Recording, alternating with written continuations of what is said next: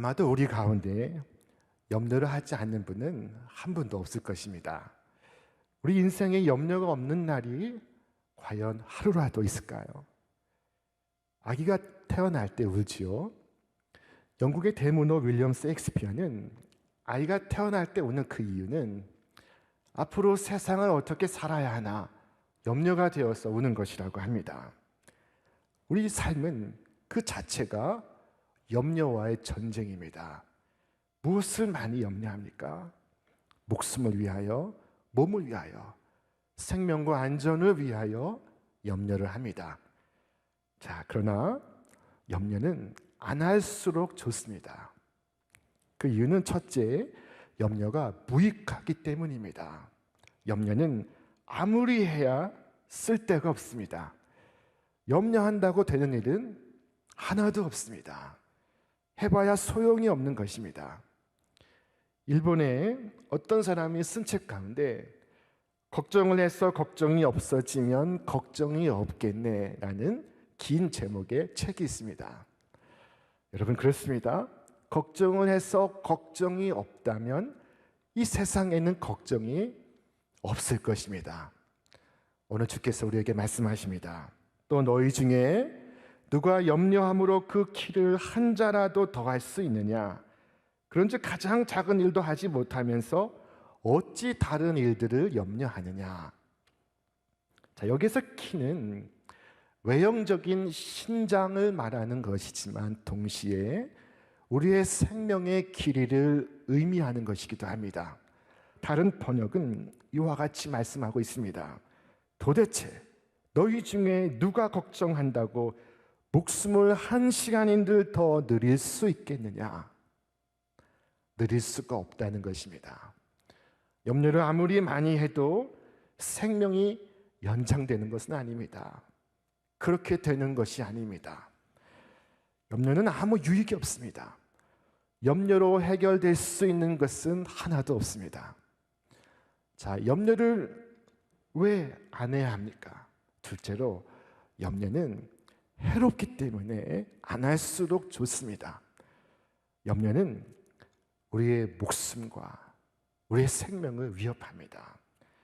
염려가 많은 사람은 아무리 좋은 음식을 먹어도 소화를 시키지 못합니다.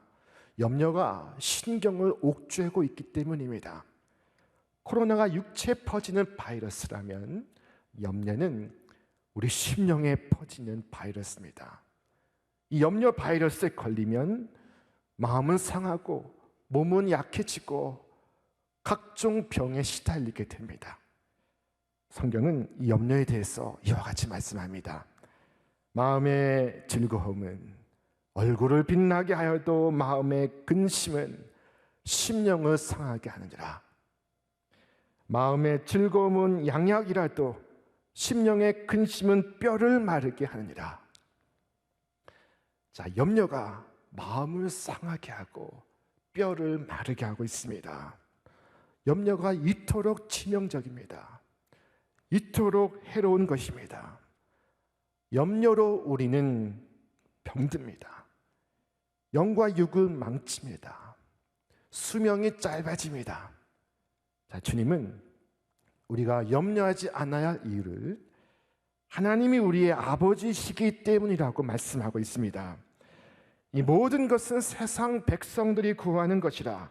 너희 아버지께서는 이런 것이 너희에게 있어야 할 것을 아시느니라. 자, 세상 백성이란 세상에 속한 사람들을 말합니다. 세상 백성은 염려와 근심을 맡길 데가 없어서 문제의 짐을 짊어지고 염려와 근심을 합니다. 인생의 수고와 짐을 짊어지고 염려와 근심에 빠져 있습니다. 하나님 없는 백성들에게 염려는 자연스러운 일입니다. 근심하고 염려하는 것이 이상하지 않습니다. 그러나 하나님이 아버지심을 믿는 하나님의 자녀가 염려하는 것은 이상한 일입니다. 자연스럽지 않습니다. 하나님 아버지가 살아계시고 그 아버지께서 나의 필요를 아신다고 믿는다면 어떻게 염려하고 어떻게 근심할 수가 있겠습니까? 예수님은 염려하지 말아야 할 이유를 공중의 새를 가리키면서 말씀하십니다. 까마귀를 생각하라. 심지도 아니하고 거두지도 아니하며 골방도 없고 창고도 없으되 하나님이 기르시나니 너희는 새보다 얼마나 더 귀하냐. 공중의 새는 농사를 짓지 않습니다. 곡식을 쌓아두는 창고도 없습니다. 부지런한 제비는 하루에 약 100번 이상 새끼들에게 먹이를 준다고 합니다. 그러니까 제비는 하루에 줄 잡아 7,000마리의 날파리 곤충을 잡아서 새끼들에게 먹이는 것입니다. 그래서 새끼를 키우는 3주간 많은 경우 15만 마리를 잡아서 준다고 합니다. 자, 그런데 제비가 한두 마리입니까? 하늘을 나는 새들이 모두 몇 마리입니까? 그 모든 날짐승을 하나님이 먹이시고 기르시고 있습니다. 예수님은 또 들판에 핀 꽃을 예로 들어 말씀하십니다.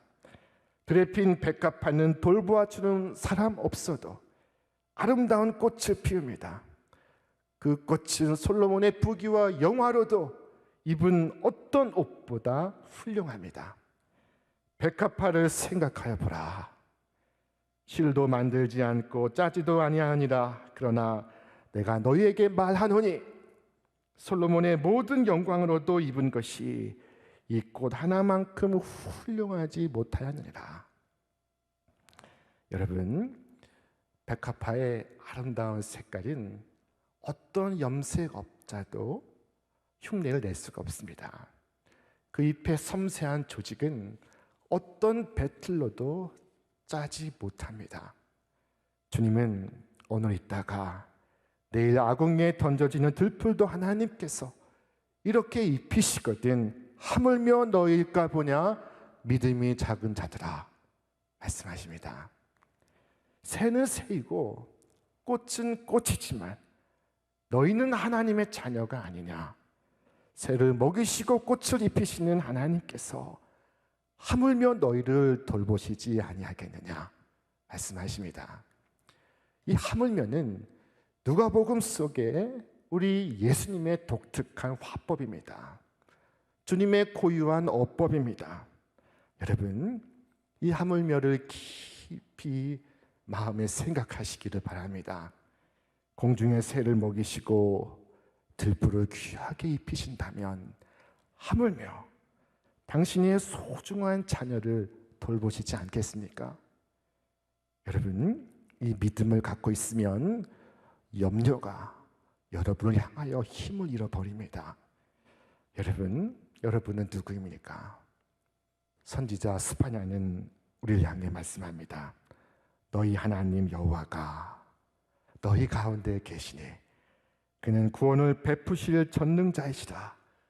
그가 너로 말미암아 기쁨을 이기지 못하시며 너를 잠잠히 사랑하시며 너로 말미암아 즐거이 부르며 기뻐하시리라 하리라. 여러분, 염려가 내 마음에 침투해 나를 괴롭힐 때 여러분 창문 열고 나무에 우는 새를 보고 또 마당에 피어있는 꽃을 보시며 하나님 말씀을 기억하시기를 바랍니다. 하나님, 저 새를 저렇게 먹이시는군요. 하나님, 저 꽃을 저렇게 입히시는군요. 하나님께 제가 얼마나 소중한 존재입니까? 하나님, 제가 실직을 했습니다. 저에게 딸린 자식이 있습니다. 염려가 나를 짓밟으려 합니다. 하나님, 나에게 믿음을 주옵소서. 하물며 당신의 자녀를 기르시고 돌보시지 않겠느냐 하신 말씀을 붙들게 해 주옵소서 라고 기도한다면 여러분, 하나님의 그 믿음대로 인도해 주실 것을 믿습니다. 예수님은 이 염려로부터 자유한 세계로 우리를 초대하시고 있습니다. 자, 그것은 믿음의 세계입니다. 공중에 나는 새를 보라, 들의 백합화를 보라 하신 그 말씀은 믿음의 눈으로 세상을 다시 보라 하신 말씀입니다. 우리는 새를 보면서 하나님을 보고 들에 핀 꽃을 보면서 하나님을 볼 수 있어야 합니다. 한 5살 된 아이가 있었습니다. 자, 이 아이의 부모님은 어찌나 성실한 부모님인지 아이에게 먹을 것을 먹이고 입힐 것을 입히고 철마다 때마다 필요를 공급하고 아무 불편 없이 어려움 없이 아이가 성장하도록 돌보는 부모님입니다. 그런데 이 어린 것이 맨날 부모님 앞에서 걱정을 합니다. 아침을 먹고 나서는 점심은 또 뭘 먹나? 날은 추워진데 김장은 어떻게 하나? 기름값은 올라가는데 이제 앞으로 어떡하나? 하는 걱정을 합니다. 그런 걱정을 계속하고 있으면 아이는 부모님에게서 책망을 듣습니다. 아이야, 쓸데없는 걱정하지 말고 너는 네 할 일이나 해라. 자, 아이의 지나친 염려는 부모를 욕되게 합니다. 세상 백성들은 끊임없이 염려합니다. 그러나 하나님의 자녀가 염려하고 고민하는 것은 자기 모순이고 자기 정체성을 부정하는 것입니다. 하나님을 욕되게 하는 것입니다. 하나님의 사랑과 하나님의 능력을 부인하는 것입니다. 자, 여러분 염려하지 마십시오. 주께서 우리에게 친히 말씀하십니다. 우리 함께 읽겠습니다. 이 모든 것은 세상 백성들이 구하는 것이라. 너희 아버지께서는 이런 것이 너희에게 있어야 할 것을 아시느니라. 아버지께서 하신다 하신 말씀은 나의 필요를 아시고 나의 필요를 채우신다 하신 말씀입니다. 아기였을 때만 필요를 채우시는 것이 아닙니다. 성인이 되었을 때도 우리의 필요를 채우십니다. 우리는 여전히 하나님의 자녀이기 때문입니다. 대한민국 서울에 살 때만도 아닙니다. 미국 뉴욕에 살 때도 마찬가지입니다. 다윗은 내 평생의 선하심과 인자하심이 반드시 나를 따르리니 라고 고백했습니다. 목자 되신 하나님은 선하심과 인자하심으로 언제나 어디에서나 당신의 자녀를 지키십니다. 선하심과 인자하심으로 에스코트 하십니다. 언제까지 하십니까? 평생토록 하십니다. 내 평생의 선하심과 인자하심이 반드시 나를 따르리니. 여러분, 인생의 마지막 순간에 나를 따르는 것이 무엇일까요? 자신하던 건강도 나를 따르지를 못합니다. 자랑스러운 성공도 나를 따르지를 못합니다. 사랑하는 가족도 나를 따르지를 못합니다. 그러나 그 순간 끝까지 나를 따르는 것이 있습니다. 그것이 바로 하나님의 선하심과 하나님의 인자하심입니다. 하나님의 선하심은 우리의 모든 필요를 채우심을 의미하고, 하나님의 인자하심은 우리의 모든 죄악을 사하심을 의미합니다.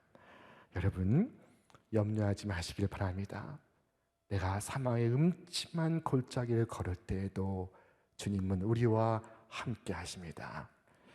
그런데 내가 아무리 염려하지 않겠다고 마음을 굳세게 먹어서 염려가 안 되는 것이 아닙니다. 염려하지 않고 사는 것이 결코 쉬운 일이 아닙니다.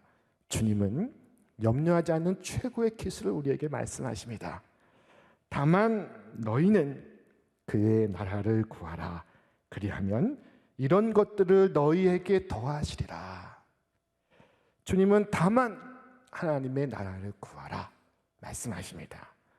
염려 대신 하나님의 나라를 구하면, 더 크고 중하고 가치 있는 것을 구하면 우리가 염려하는 작은 일들은 저절로 성취가 될 것이라 하신 말씀입니다.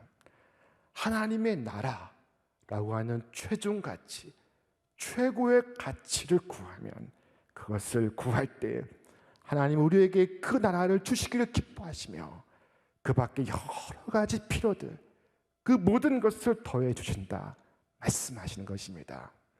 여러분, 얼마나 가슴 벅찬 일입니까? 날이 추워지면 수능 시험일이 다가옵니다. 그런데 학생들이 공부하는 목표를 눈앞에 대학 입학에만 둔다면 그것은 너무도 적은 목표를 가지고 있는 것입니다. 대학 입학에 목표를 두지 아니하고 내가 좋은 컴퓨터 과학자가 되겠다, 내가 훌륭한 사업가가 되겠다, 내가 작가가 되겠다, 선생님이 되겠다 하는 자기 목표를 좀 더 멀리 갖고 있으면 대학은 목표가 아닌 하나의 과정이 됩니다. 대학 입학에 최종 목표를 두는 학생은 대학에 합격하고 나면 목표가 달성됐기 때문에 그 다음부터는 방황을 시작합니다. 제가 미국에 있을 때 유수한 명문대학에 입학하는 우리 한인 자녀들을 보았습니다. 자, 그들의 부모님의 열심이 대단합니다. 명문대 입학은 부모님들에게 큰 자랑이 됩니다. 이보다 더 자랑스러운 일은 없습니다. 그간의 수고와 그간의 고생의 보상을 받는 순간입니다. 자, 그런데 놀랍게도 유수한 명문대학에 입학한 한인 학생들의 졸업 비율이 50%가 되지 않습니다. 끝까지 공부를 마치지 못합니다. 대학에 힘들게 들어가 놓고 방황하는 학생들이 많습니다. 왜냐하면 명문대 입학이 목표였기 때문에 그것을 달성하고 나서는 그 다음부터 목표가 없는 것입니다. 작은 것에 목표를 두는 것은 이런 위험성을 가지고 있습니다. 그러나 큰 것, 먼 것, 보다 가치 있는 것에 목표를 두면 대학을 넘어 앞으로 나아갈 수 있습니다. 대학 입학을 할 수도 있고 대학을 졸업할 수도 있습니다. 여러분, 하나님 나라를 여러분의 최종 목표로 삼으시기를 바랍니다. 너희는 그의 나라를 구하라. 그리하면 이런 모든 것을 너에게 더하시리라. 주께서 말씀하십니다. 하나님 나라를 구한다는 것은 하나님 나라의 헌신함을 의미합니다. 많은 사람들이 무엇을 먹을까, 무엇을 마실까, 무엇을 입을까에 헌신하고 있습니다. 그러나 주님 우리에게 말씀하십니다. 너희 소유를 팔아 구제하여 낡아지지 아니하는 배낭을 만들라. 곧 하늘에 둔 바 다함이 없는 보물이니 거기는 도둑도 가까이 하는 일이 없고 좀도 먹는 일이 없느니라. 너희 보물 있는 곳에는 너희 마음도 있으리라. 하늘의 보물을 쌓아두는 방법, 하나님의 나라를 구하는 방법, 그것은 소유를 팔아서 낡아지지 아니하는 배낭을 만드는 것입니다. 보물이 있는 곳에 너희의 마음이 있으리라. 지난주 예수님은 우리에게 한 부자의 이야기를 말씀하셨습니다. 어느 농부가 풍성한 추수를 거두고 행복한 고민에 빠졌습니다. 내가 곡식 쌓아둘 곳이 없으니 어찌할까? 자, 그는 곧 지금 사용하고 있는 곡간을 헐고 더 크게 지을 계획을 세웁니다. 그리고 스스로 말하기를 내가 여러 해 쓸 물건을 쌓아두었으니 이제 쉬고 먹고 마시고 즐거워하자 라고 말합니다. 그는 그동안 불안했습니다. 근심이 많았습니다. 염려가 끊이지 않았습니다. 평안이 없었습니다. 그러나 이제 다릅니다. 그의 창고에는 여러 해 쓸 물건들이 쌓여 있습니다. 내가 여러 해 쓸 물건을 쌓아두었으니 영혼아 평안히 쉬고 먹고 마시고 즐기자. 그러나 예수님은 그를 가리켜서 이 어리석은 자야 라고 말씀하십니다. 오늘 주님은 정반대의 상황을 말씀하고 있습니다. 지금 예수님 앞에 있는 사람들은 곳간이 없습니다. 그들의 염려는 남는 재산 가지고 무엇을 할까 하는 것이 아니고 어떻게 하면 먹을 것과 어떻게 하면 입을 것을 얻을 수 있을까 고민하는 사람들입니다. 오늘 우리 주위에는 이런 경제적 이유로 염려하고 고민하고 걱정하는 분들이 많습니다. 매일 줄타기 하듯 하루하루 아슬아슬하게 염려와 근심 속에 살고 있는 분들이 있습니다. 이따금 안타까운 죽음을 선택하기도 합니다. 여러분, 부자의 평안과 무리들의 염려는 모양은 다르지만 내용은 같은 것입니다. 물건을 쌓아두고 여러 해를 살고자 하는 부자가 살아가는 그 이유는 그렇지 않은 경우에는 죽어야 할 이유가 될 수도 있기 때문입니다. 건강이 있고 사업이 잘 되고 가족이 있어서 살아야 할 이유가 된다면, 만일 건강이 없다면, 사업이 어렵다면, 가족을 잃는다면 그때는 어떻게 하시겠습니까? 사람이 부유하고 물질이 풍부했을 땐 근심이 없으리라 생각합니다. 그러나 그렇지 않을 때는 평안을 잃어버립니다. 물질을 쌓아두고 자신만만한 것이나 물질을 쌓아두지 못해 마음을 졸이는 것이나 같은 것입니다. 본질적으로 동일합니다.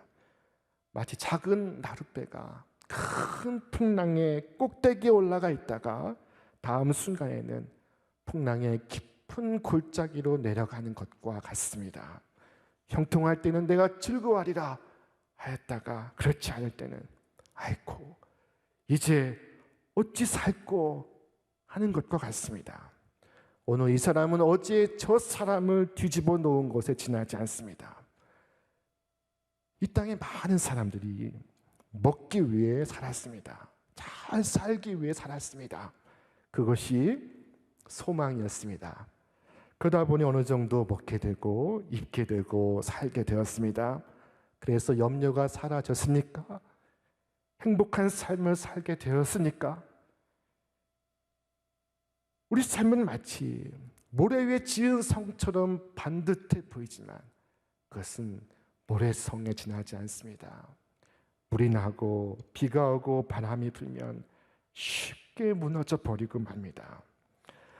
여러분, 세상의 소망에 나의 삶의 이유를 두지 마시고 나의 소망은 하나님께 두며 내가 살아갈 이유를 천국에 두어서 도둑도 빼앗지 못하고 천재지변도 빼앗지 못하고 코로나19도 흔들지 못하는 하나님 자녀의 삶을 살아가시기를 주님의 이름으로 축원합니다. 하나님의 사람이 오늘을 살아가는 이유는 먹고 입는 것에 있지 않습니다. 주님은 이미 우리에게 필요한 것을 다 아시고 계십니다. 그러므로 살 걱정은 하나님께 맡기고 하나님의 뜻을 구하며 사시기를 바랍니다. 염려를 버리고 하나님의 나라를 구하십시오.